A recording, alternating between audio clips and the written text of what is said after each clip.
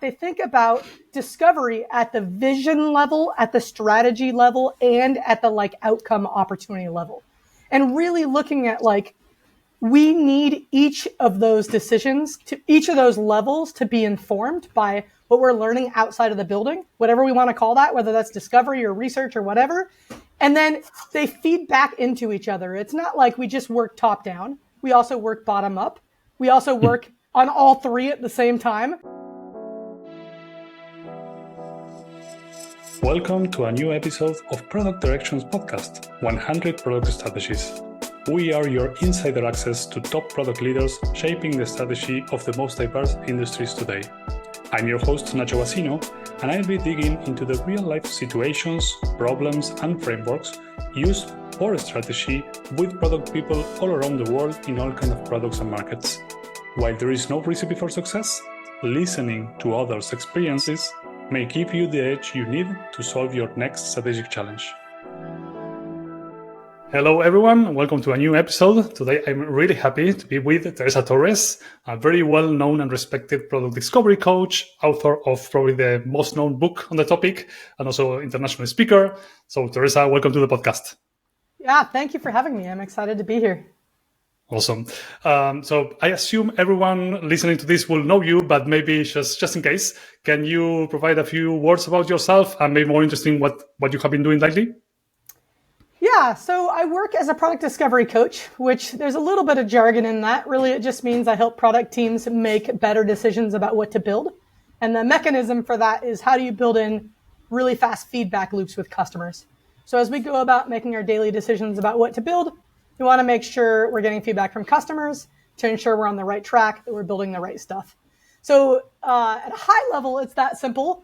Of course, the tactics and sort of the mechanisms of the how can get a little bit more complex. And then today, the way my business works, I started out as a coach. I worked hands-on with cross-functional product teams for weeks in a row. Eventually, over time, that evolved into an online course business. And the reason for that evolution, we still do a little bit of coaching, but we find that courses are a more effective way to scale. So we we work with some really large companies, like companies with hundreds, if not thousands of product people. And so it wasn't feasible to say, okay, well, we'll coach your teams one at a time. So now we have a model where we run everybody through a course that covers sort of the fundamentals. And then for the teams that need it, we supplement with coaching. And then because we came out with that model to support the bigger companies that we work with, we use that same model publicly so that individuals that work at smaller companies can also benefit from the same idea. So today it looks like a mix of online courses, some additional team-based coaching, and then I spend a lot of my time writing, teaching, creating short videos, really just trying to spread the ideas behind continuous discovery. That's awesome. And we will make sure that we link all of that in the resources.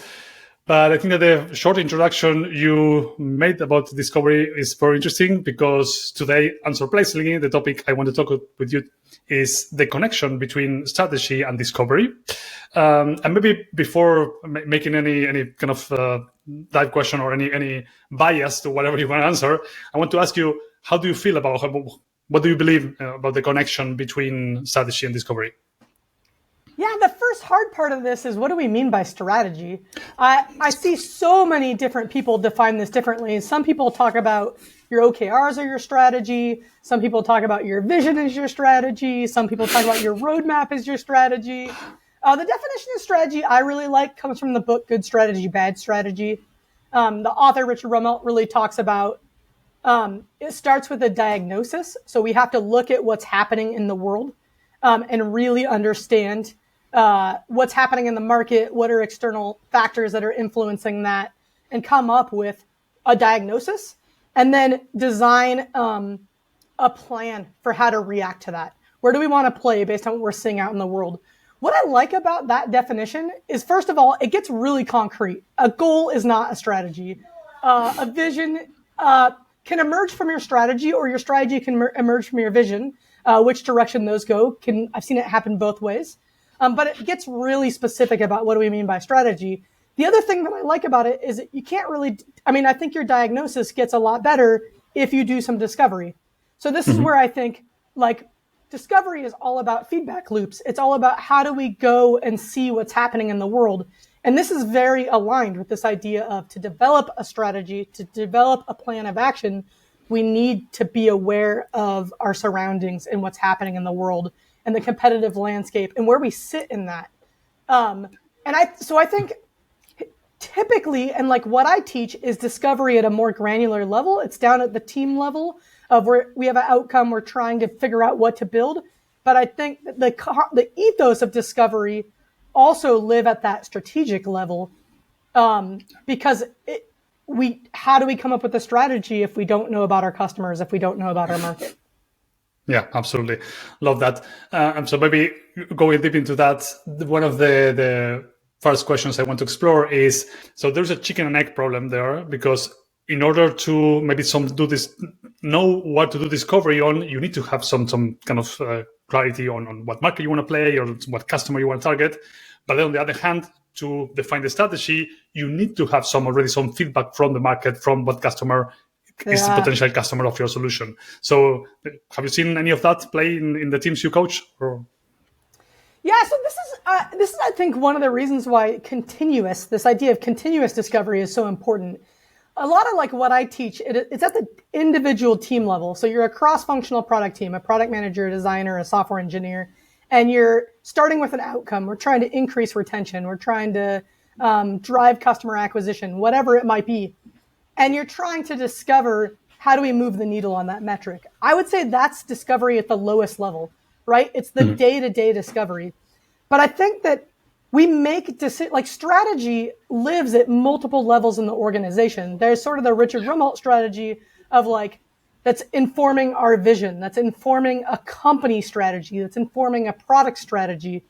But I think even at the individual team levels, they're deciding what customer problems are we going to solve. I think that's part of strategy, right? So an individual team, as they interview and collect opportunities and start to understand where they might want to intervene, that is a type of diagnosis, rather than choosing a plan of action, right? So these ideas, part of what makes them so vague and hard to understand is I think they cascade across multiple levels of analysis.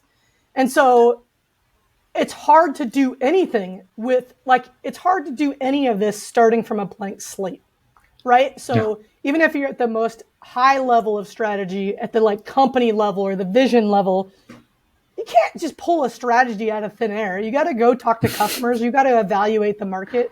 You got to do a little bit of that.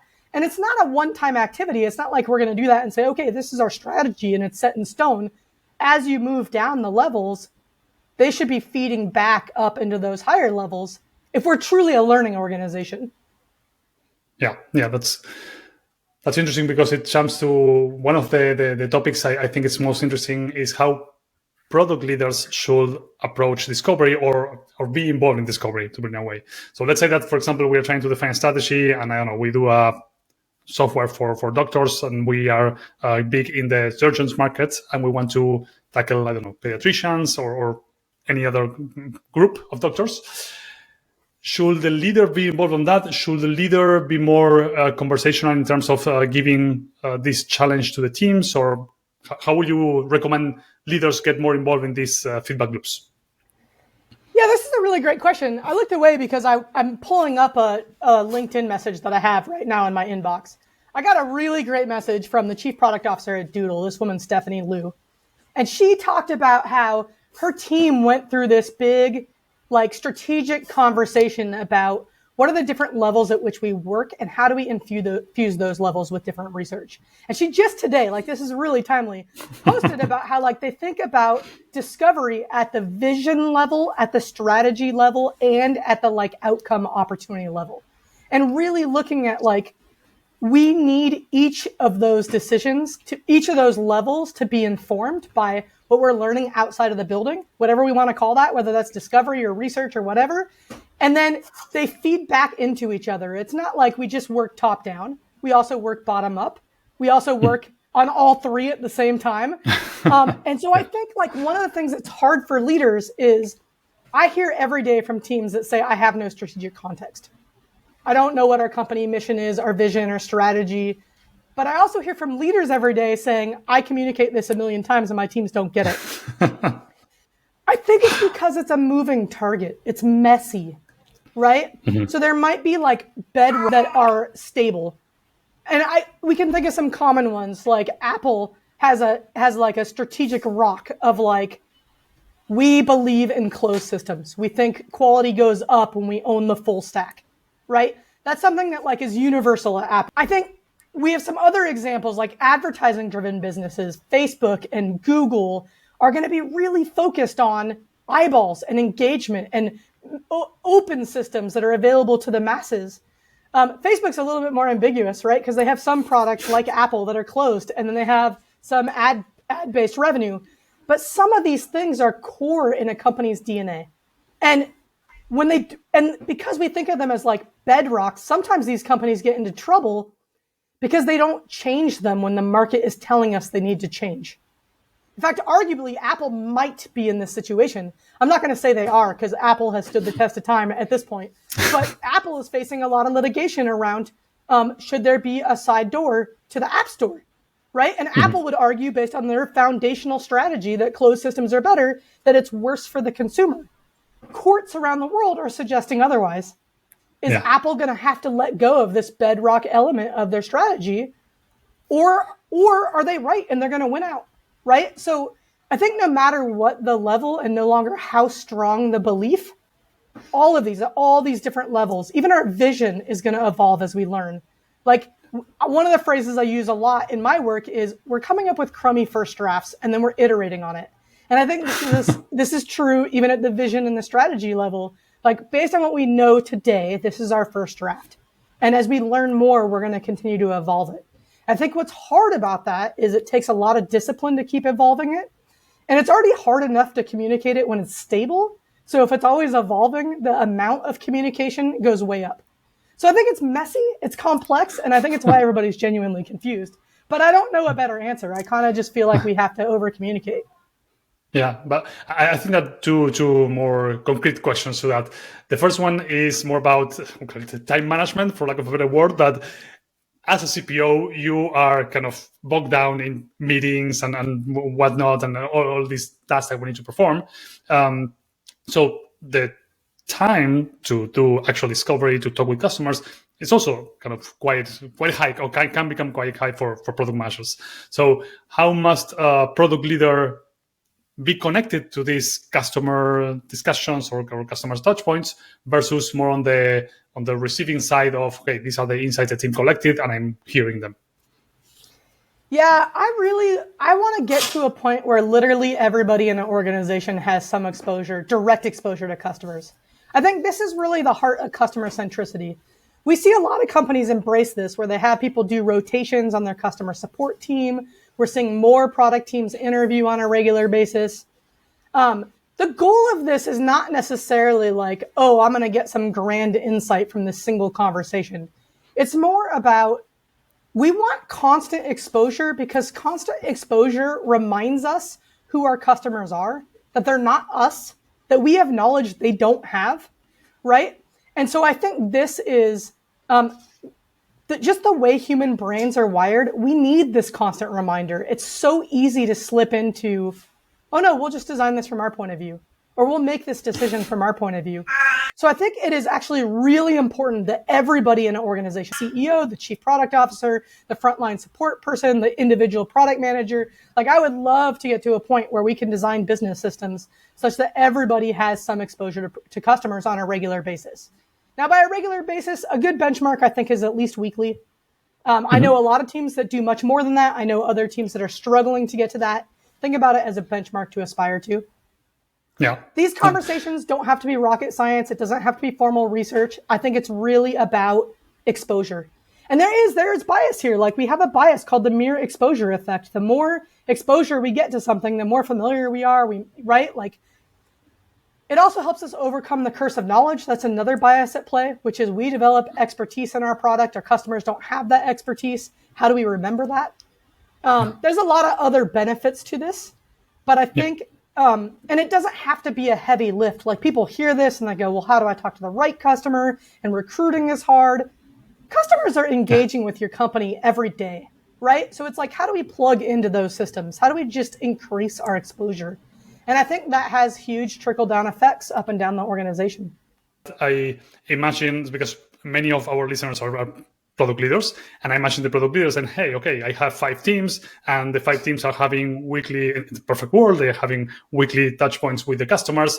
If I need to be, I need to reserve another 10 hours per week to be with those customers, with those 5 teams, it's quite hard. And also at the same time, probably it's not the same question that the product team will have, as you said, kind of going deeper into how we move this needle versus the question that the product leader may have about thinking what's our strategy for the next 6 or 12 months. So how do you recommend going through that challenge? Yeah, really great question. I think if I'm a chief product officer and I have 5 product teams, the first thing I want to do is I want to make sure my 5 product teams are engaging with customers on a regular basis.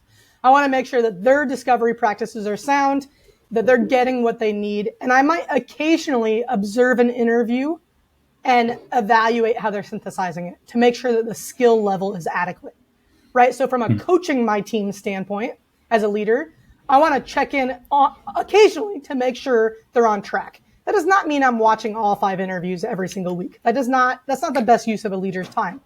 Maybe it means once a week I'm picking an interview from those 5 teams to watch.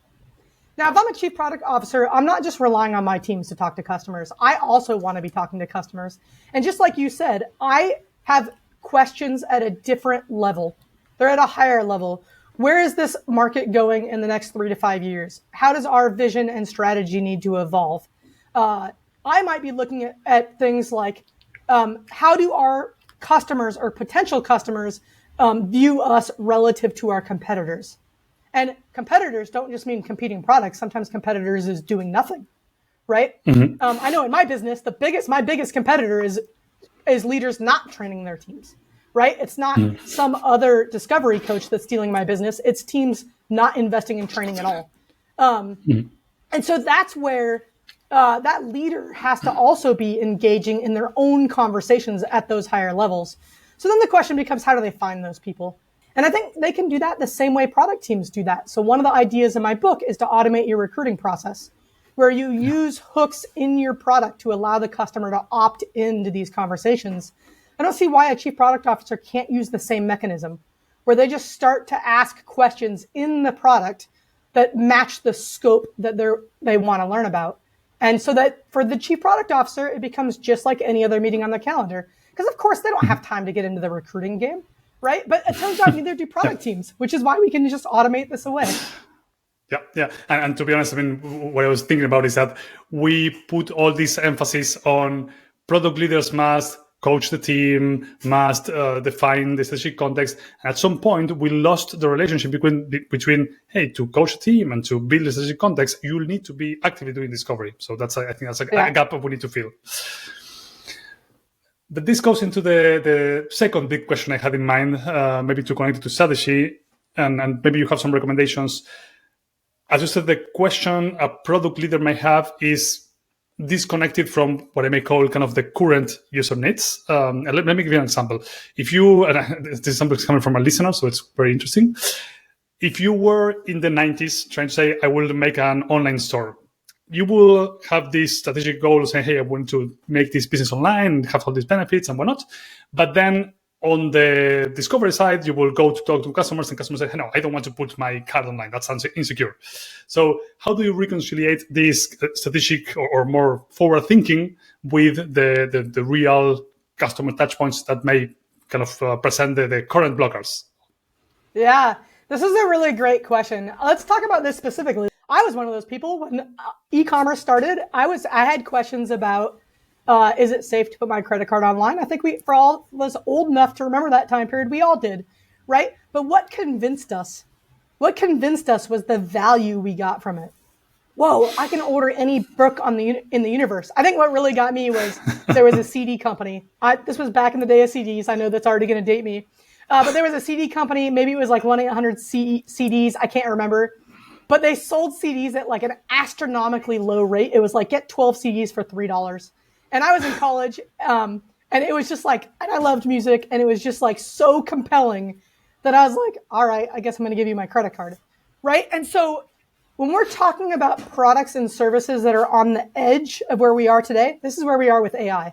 If I ask you directly about generative AI and you're not in the tech industry, I've experimented with this recently because it's fascinating. Average consumers, a lot of them are terrified of AI. And it's because of all the headlines in the press. They don't understand why they need it. It just sounds like this scary technology, and they just shut down, right?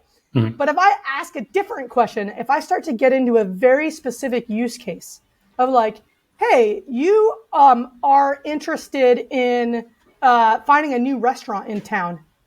Wouldn't it be great if you had a tool where you could tell that tool the types of restaurants in your town that you liked going to, and it could make recommendations, right? Like, and the reason why the recommendations use case is so powerful is we all use recommendations every day already in our life, and they have been machine learning driven for over a decade, right? Like, it's like, how do we start with the like simplest thing you already know and then extend it? And we're not going to extend it by talking directly about the risk that everybody's going to say no to. No, I'm not going to put my credit card in a website. That's not true. I am, as soon as you give me enough value that it warrants the risk, right? And so this is why we have to test our assumptions in the context of the solution, in the context of the value we're driving, in the context of the need that we're addressing. And I think this is a really... this is where a lot of teams pull innovations short. Like they pull solutions that could have worked, pull meaning they choose not to pursue them because they're testing in the wrong context. They're presenting the scary thing and they're not presenting the value that offsets that scary thing. That's super interesting. And I may get off track here, but if we were to discuss, say, risky assumptions, for example, we will say to this team, hey, you need to test your risky assumption. Risky assumption may be that the person doesn't want to put their car online. So how do you overcome this this balance, or how can one notice that they are kind of falling into this trap? Yeah, so one of the things that I teach is when we test our assumptions, I do want you to test the assumption my customer is willing to enter their credit card data. But we're not testing that assumption universally, right? We're not saying in any context, anywhere on the internet, you're going to give us your credit card information. Because I can already tell you that test is going to fail, right? We're testing in the context of our offer. So in my case, as a college student, I'm putting on a page, here's 12 CDs for $3, right? Will you give me your credit card information? That's a very different test than will you give me your credit card information in isolation? Yeah, got it. One interesting side effect to having this high-level strategic intention, but kind of very concrete experiment is that you may not have this path already formed when you are defining strategy. So going back to the online store, you may be steps away from saying, okay, what's the right value proposition for selling CDs? Or should I sell books or CDs or retail, or what should I sell? So exploring this, maybe we can put it in the context of opportunity solution tree, exploring from this I would call high-level opportunity to more concrete opportunities and then solutions. How can leaders go through those steps from the strategic intent to actual solutions? Should they go deep in a path or first go wide? Yeah, so when we're talking about vision and strategy, I don't think the opportunity solution tree is the right visual. So this is a mistake I see a lot of people make. They take a framework and they try to use it in all contexts, right? So the opportunity solution tree, it's all about how do we find the best path to our outcome. So that means we already have an outcome in mind. I think with vision, it's not the same. We're not trying to move a metric. We're really trying to paint our view of the future. Right? So let's stick with our 1990s example. I think it's really compelling. It's the beginning of the internet. We're starting to see, it's the beginning of the web, and we're starting to see more dynamic functionality become available. More is possible. It's the Wild West. eBay just started. Yahoo is growing in popularity, right? Like we're looking at it and maybe we're like Jeff Bezos and we look at it and we go, wow, this is where people are going to buy everything. How do I create a store? So now we have a bunch of questions. We had inspiration. And the other thing I want to highlight is this inspiration came from brand new technology. And Marty Kagan has a great quote for this that is just now possible. So this just now possible phrase, I think, is really critical because I think people underestimate this is where a lot of innovation comes from, is that we push the frontiers of technology and new things become just now possible. And when we're talking about vision and strategy, it's really critical that we understand what is just now possible because that's what allows us to move our vision and our strategy forward. And we're living through one of those moments right now. Like generative AI just made a whole bunch of new things just now possible, right? Yeah. And generative AI is a great example of this because a lot of people are just looking at generative AI and they're applying it to previous problems. How do I make writing this email a little bit better? How do I make summarizing this document a little bit easier? Okay, I think the really compelling use cases are going to be, we have a new technology. What is just now possible? Not just how do we make what we do today a little bit easier, a little bit better, but what is just now possible? So first of all, I love that phrase. I love that Marty recently, like in the last year, wrote a blog post about it. If people haven't seen it, go check it out. I will link it. So let's go back to 1990. It's just now possible. It's probably not even just now possible. We have a vision of it will soon be possible to sell stuff online, right? Because even eBay, let's really put this time into perspective. Even eBay, eBay was an auction site, but they weren't an e-commerce site yet, right? Like if I bought something from you on eBay, I was sending you a paper check, or I was sending you, right? Like it was still awkward. There wasn't like I'm putting my credit card on a website. We weren't there yet. So we have this vision of like one day everybody's going to buy stuff online. Now okay, great. That's a vision. A vision is, here's the future I can imagine. The future I'm imagining is people will buy things from me online. Okay, now I have a million questions. What am I going to sell? How am I going to build this? Who is it going to be for? Like I'm starting from scratch. I just have this like inkling of a vision. Okay, well now I need a strategy. I need to go out and diagnose the market. What are people willing to buy? What are the most likely products people are willing to buy? And this is part of the Amazon story. Like Jeff Bezos had a vision for the everything store. And what he looked at, what's the product that is the easiest inventory that has the highest return on value? What would be the best thing to buy online? And the reason why he chose books is because books have a long tail, right? No bookstore in the world can sell every book, but Bezos could sell every book online. So that's like not incremental value over a local bookstore. That's huge value over a local bookstore. So he's looking for what's the use case where I can offer way more value that's just now possible over what we have today, right? So, so you do your diagnosis, you come up with your plan. Our plan is we're going to sell just books. Now you got to put together all the things you're going to do. Okay, well, how do I get books? How do I even tell people we sell books? Can I take payments online? How do I make that happen? And it trickles down from there. But again, it's not just top down, right? Because as I go start working on these problems and I realize I can't get every book, now that feeds back into this strategy of like, okay, well, my value is every book. I can't get every book. I can get like 1 million books. Is that enough value? Good. Is that enough to like be better than going to your neighborhood store? There is a intermediate question in that market analysis. So yes, we can do market analysis, but of course, our market analysis is based on assumptions. It's based on assumptions like I can get all books. And as you said, books is the most compelling reason. You give the other example of CDs, for example. So maybe to make it more concrete, the question is, what techniques do you suggest to making this, to gathering more evidence through discovery methods from this market analysis perspective?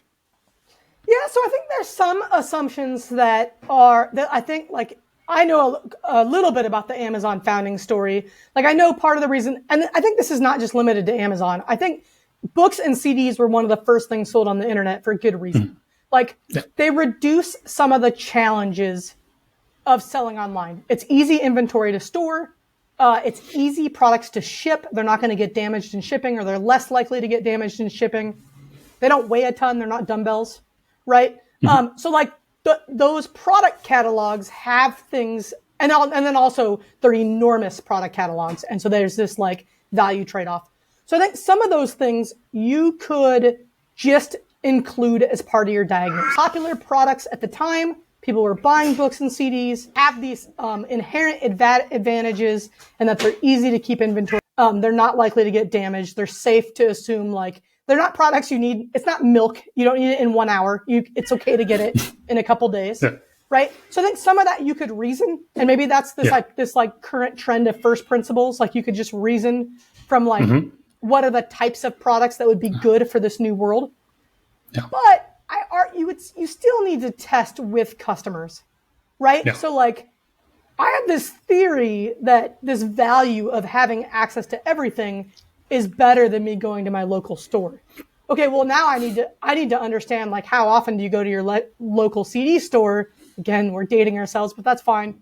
And I do kind of miss CD stores. It was fun to browse. How often do you go to your CD store and you can't find what you're looking for?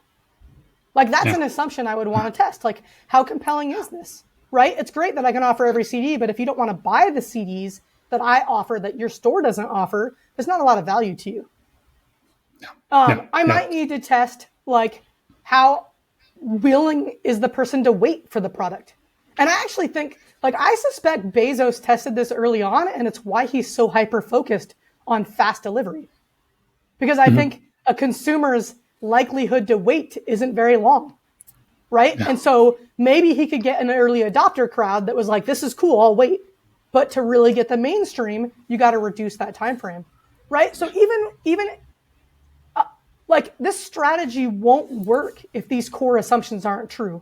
I do want to buy the things my local store has. I am willing to wait for it to be delivered to my house. I am willing the value is so high, I am willing to enter my credit card. Some of these, like, where's the line between strategy testing and how testing, like implementation, product team discovery testing? I can't draw, like, the line is here, and if you're on this side or that side, this is messy. Like, the lines are blurred, and the low-level work feeds back into the high-level work, and the high-level work feeds into the low-level work. So if I'm a chief product officer and I'm thinking about, like, how in the world do I do this with my teams? One of the big themes you need to be thinking about is knowledge sharing within your organization. As you talk to customers and test your assumptions around the strategy, your teams are talking to customers and testing their strategies around how to reach their outcomes. And there needs to be crosstalk and sharing across what you're learning. And there needs to be across the teams, between the teams and you, between you and your CEO, between you and your sales team. And there's this concept from, like, the learning and organizational change literature around learning organizations. And I really think to do this well, our companies have to invest in a culture of being a learning organization. And Peter Senge has a great book on this concept for people that aren't familiar with it. But I think this is often overlooked. We can go talk to customers, and if we're not doing anything with what we're learning, it's a waste of time. So part of this is creating the culture of we're always learning, we're always evolving. Any practical advice before we jump topic? Any practical advice on kind of creating this culture? Because I think that's super interesting for product leaders, and especially as we're discussing how we feed back to strategies that we can build on top of this knowledge that our teams are generating. Yeah, I think one of the biggest mistakes I see companies make, whether it's the product leader driving it or it's the teams trying to figure it out themselves, is that we over-index on we have to have the perfect solution. So we need to come up with the perfect way to document everything we're learning. We need to tag it. We need to put it into a system. And we get distracted by tools. Start simple. Like, you literally could start with, let's just do a monthly meeting where we talk about the interesting things we learned this month, right? Like, don't come up with the Fortune 50 solution if you're a 10-person startup. Because even if you design that Fortune 50 solution, you're not going to get all the decisions right. So iterate your way there. So I would say come up with the simplest thing you can do this week. Try it out. And then as you share and as you find gaps, just keep iterating. And eventually you might end up with that Fortune 50 solution, but it will be fine-tuned and tailored to your organization's needs. Yeah, that makes sense. So going back to what you were saying, it's clear that there is no line to be crossed there between strategy versus tactical discovery. But I think you make a great point about testing the value proposition. And that's something that sounds a bit more on the side. So is people interested in my value proposition? That's something that sounds like something that's core to the strategy. So to our diagnosis and the way we pretend to win, is that the right way? That maybe might fall into this more strategic category. I want to go back to what you said. There's a few other things I would put in that category. So are we targeting the right customer? Mm-hmm. Right? Who are we choosing to go after? Do we have the right value proposition for them? Those two things are related. There has to be a match between the customer segment and the value proposition. This is where something like the business model canvas, I think, can be really helpful. So it talks about not just who are we targeting and what's the value proposition for them, but how are we going to reach them? What channels through which are we going to reach them? What's our relationship with them going to be like? This is where we get into things like sales-led versus product-led. I think all those elements, like that whole right side of the business model canvas, start to become strategic elements that we can test. And David Bland's work on this, of like pairing the business model canvas with testing, I think is phenomenal. And I think a lot of that is work that's not happening at the product team level. It needs to be happening at the leadership level because it spans product teams. Yeah. What's interesting is that where the line tends to blurry, I believe, is that there are aspects on how you are testing that is not, let's say, invalidating the hypothesis. It's more like, hey, we need more iterations. Like the example you make about the books. Hey, maybe we cannot get all books, but 1 million books is enough. And that's actually the same premise, and you're iterating on how to actually deliver it. Tricky business. I want to go back one step about the opportunity tree. Actually, I think it goes into the knowledge sharing thing. Yeah. There are, especially in large organizations, there are teams that are contributing to what we call the same product. So they own a slice of the product or a part of the customer experience. Do you recommend, in these cases, building a wider tree, a bigger tree, contributing from different teams, considering that they may explore similar needs in their customer touchpoints? I prefer one team, one outcome, one tree. Okay. The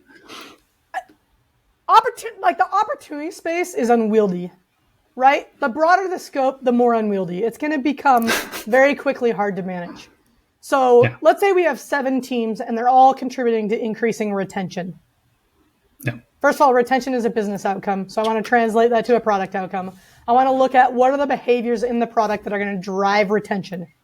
And I'm going to give teams different behaviors. Maybe I'm going to give them different behaviors. Like maybe let's look at, again, let's go to Amazon. Let's stick with Amazon as our example. So we want to focus on increasing return purchases, right? Mm-hmm. So that's Amazon's view of retention if we're focused on their commerce business. Okay, so my goal is to get you to buy more things from Amazon. That is a business outcome. It's a financial metric. I'm trying to increase the number of times you buy in it, let's say a month. So now I want to look at in the product, how am I going to drive this? Well, I have 7 teams working on this. I don't want to give 7 teams the exact same outcome because now they're going to overstep each other. They're going to have dependencies. They're going to step on each other's toes. They got to share what they're learning. It's super unwieldy. So I can break this down in 2 different ways, primarily. There's probably more, but the 2 that I see most common. One is I can break it down by steps in the journey. What is it going to take to get you to come back? So I can look at things like I'm going to have one team focused on increasing the desirability of the products that we sell. How do we focus on having more products? I'm going to have more of the right products, not just more products. And then maybe I have another team focused on findability. How do I get you to what you're looking for as quickly as possible? Maybe I have another team focused on shopping cart conversion because I don't want you to just come back and browse. I want you to come back and buy. Maybe I have another team, right? So I'm taking the steps of the journey for the behavior that I'm looking for. And if it's like return purchases, I probably have another team focused on the trigger. What's going to get you to come back? And they're probably sending you an email, right? So I can take that outcome and I can break it down based on the steps of the customer journey. And I can have each team focus on each individual step. Now, this doesn't reduce all dependencies. What one team does on one step is going to affect what the behavior of what's happening in the next step. So we still need these teams sharing with each other what they're doing. We need a coherent product. We need one to not negatively affect another. But they each have their domains. They each have their specialization. They each have their area that they're going to focus on. So that's one area you can break down a metric like that. The other way we could do it is we could say, okay, we want to increase return purchases. We have 7 different properties around the world. You're going to focus on North America. Somebody else is going to focus on Germany, right? And we can break it up by location. But what this does is it gives each team full accountability for their outcome. It also gives them a discovery space that they completely own. And this is what allows us to move fast. Again, it doesn't remove all dependencies. We still have to share with each other. We still have to make sure we have a coherent product. But it's way better than here's 7 teams just trying to increase return purchases and they're all doing whatever they want. Here's the challenge I see in that. I mean, to take it, that's how most teams and organizations and large organizations work. The challenge I see is that even though we are splitting that space when we are talking with customers, the customer has the overarching need. So yes, probably there are some specific questions to the flow, and that's where I see especially as product leaders trying to come up with a strategy or to make these teams work, cooperate more easily. We need to generate this shared understanding of the customer needs and the customer journey, and that's why kind of maybe sometimes I have seen the kind of combined tree, and tends to be useful to identify opportunities that maybe, for example, let's say we want or we can enable faster shipping, but that needs to be explicitly mentioned in all the journey. So that's You're raising a really good point. And so I want to highlight 2 things. First of all, I presented this as do this or that, steps of the journey or regions. It's never that clean. Almost every company I've ever seen, they're doing a mix of both, right? So that's the first thing. The team structure is so messy and there's not one right answer. I'm just going to acknowledge that. The second thing is there is a cost to splitting this. You don't have a single team focused on the entire journey. And there will be opportunities that span the entire journey. And so I also see companies do, okay, you focus on this step, this step, this step, and this other team is going to span steps. And they're really focused on what are we missing by dividing this up across journeys. Now, what's hard for those teams is the teams that are spanning the journey is they don't really own anything. And so it's actually really important that that team be pretty senior and that they know how to influence and that they can manage that complexity. So what I like to see is like one way to do this is we've got like 6 teams spanning a journey, and then we have a group product manager spanning like 6 teams that work on one step of the journey, and then we have a group product manager that is looking strategically across the journey, and that person and maybe even a group trio, right? It doesn't have to be just the product manager. That is then looking at, hey, there's a really big opportunity that spans these steps. I'm now going to coordinate the work of these teams to go after that opportunity.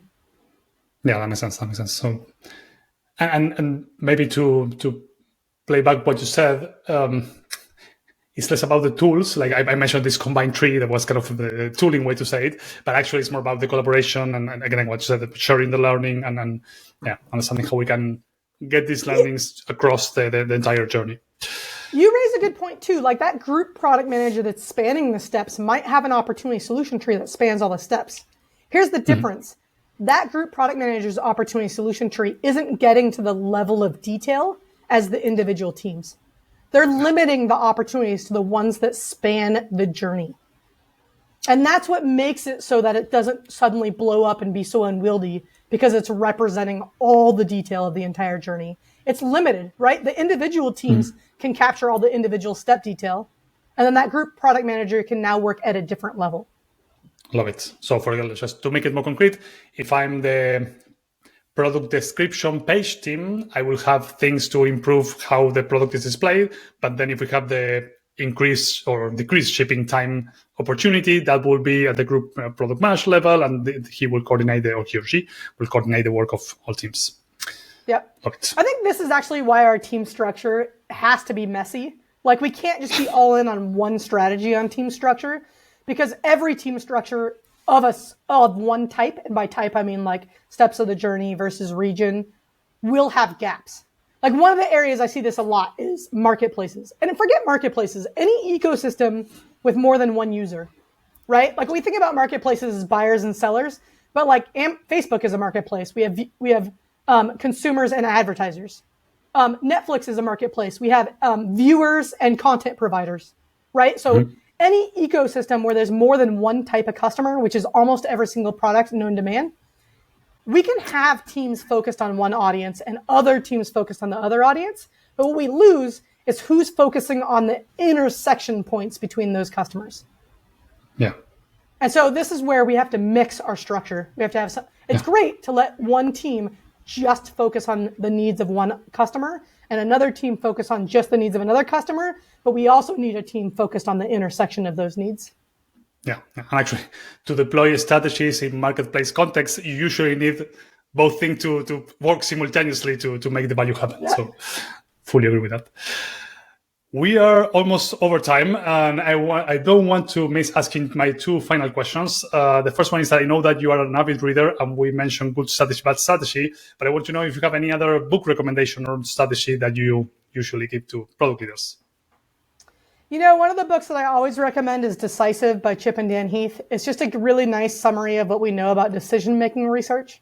So much of product work and so much of business is how do we make better decisions.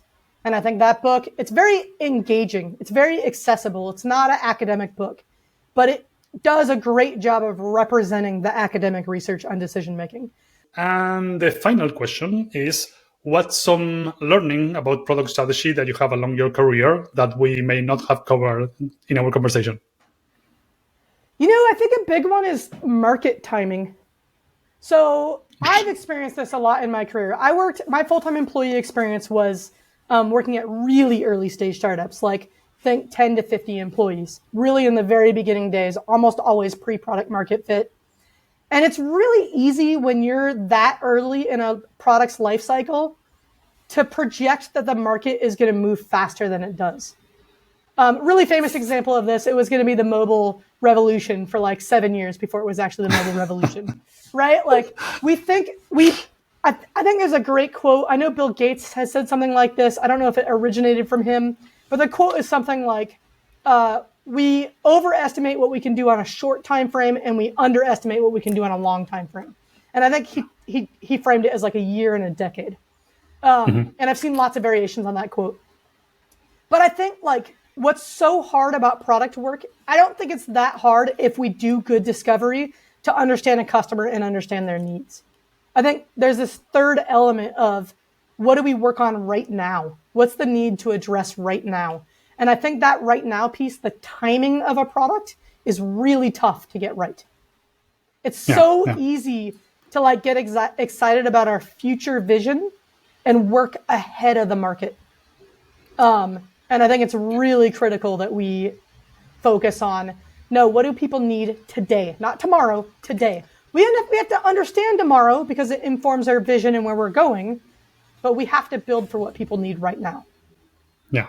So there's a tension in between where we're going and what we are building today and how that's getting, actually that's strategy. I mean, it's kind of getting closer to our vision. So that makes a lot of sense. All right, Teresa, this has been wonderful. Thank you for your time and sharing all these insights with us today. Where can people find you and how can they support your work? Yeah, so you can find me online at producttalk.org. I blog about continuous discovery literally every week now. We're now at a weekly cadence. Here's what I'm going to say, particularly for your audience, since it's a lot of product leaders. I've been hosting monthly discussions for senior product leaders whose teams are trying to put the discovery habits into practice. So for people that aren't familiar with my book, it's called Continuous Discovery Habits. It's all about what your team should be doing to be continuously learning from your customers. I have heard from a lot of leaders, like one of the challenges is this. I believe in this way of working, but I never got to work this way as an individual contributor. And so now it's hard for me to coach my teams working this way. How do I close that gap? So that's what these monthly discussions are all about. They're completely free. I'm just doing this as a way to create a safe space for leaders to come together and talk about what they're seeing. If you want to join those monthly sessions, all you have to do is send an email to support@producttalk.org, and we'll get you on the list. Perfect. I will put that link or that email address so people can join. I'm sure that was, I never didn't know about that. So it sounds super interesting. So yeah, I'm sure many people will be interested. Yeah, it's a recent new thing for me. I've just been doing it for a few months, but it's a ton of fun. Awesome. All right. Thank you so much. And thanks for all the insights you share with us. Yeah, thank you so much. I hope you enjoyed this episode of 100 Product Strategies, the podcast by Product Direction. You can also follow us on Twitter, LinkedIn, or Instagram to get access to free weekly content that helps product people upgrade their skills and become more successful. You can access more material, promotional trainings, and be notified of every episode of the show with Product Directions weekly newsletter. Join thousands of product leaders by registering in productdirection.co.